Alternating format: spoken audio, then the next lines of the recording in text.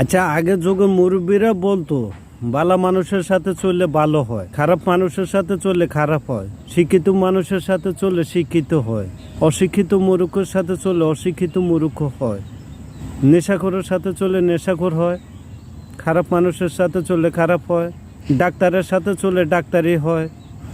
তাহলে বড় লোকের মানুষের সাথে চললে বড় লোক হই না কেন? এইটাই বুঝি না। তাহলে কি মুরব্বীরা যে বলে গেছে এটার কথার আসলে কোনো যুক্তি আছে? আমার তো মনে হয় কোনো যুক্তি নেই। কারণ যার সাথে চলতে চলতে যদি তার মতন হইতে পারতাম, তাহলে তো না বুঝতে পারতাম যে না, এর সাথে চলতে চলতে আমি ওর মতনই একটা কিছু হয়ে গেছে।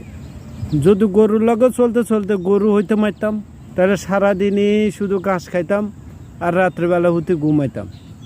কোনো দুঃখ আসিল না, কোনো কষ্ট আসিল না।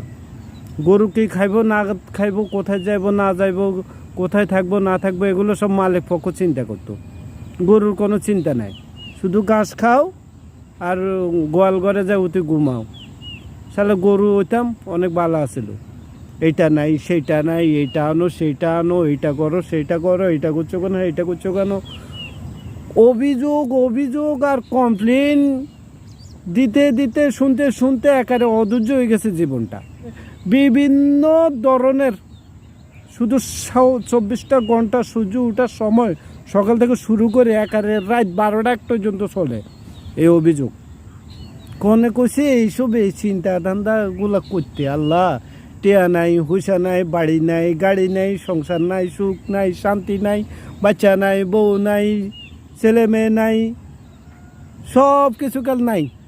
কোন দিন থাকলে কমু যে আছে, যার বাড়ি আছে তার আরো লাগবো, যার গাড়ি আছে তার আরো গাড়ি লাগবে, যার টিয়া আছে তার আরো টিয়া লাগবো, যার জায়গা সম্পদ আছে তার আরো জায়গা সম্পদ লাগবো। শুক্রিয়া বলতে মাগের কিচ্ছু নেই মানুষের কাছে। যত দরকার আরো বেশি লাগবো। যদি গরুর লগে থাকতে থাকতে গরু যান যেত, তাহলে বেশিরভাগ মানুষে গরুর লগে থাকার ব্যবস্থা করা শুরু করে দিত। যন্ত্রণা যন্ত্রণা, একটা শান্তি, একটা বিরক্ত, ভাল লাগে না।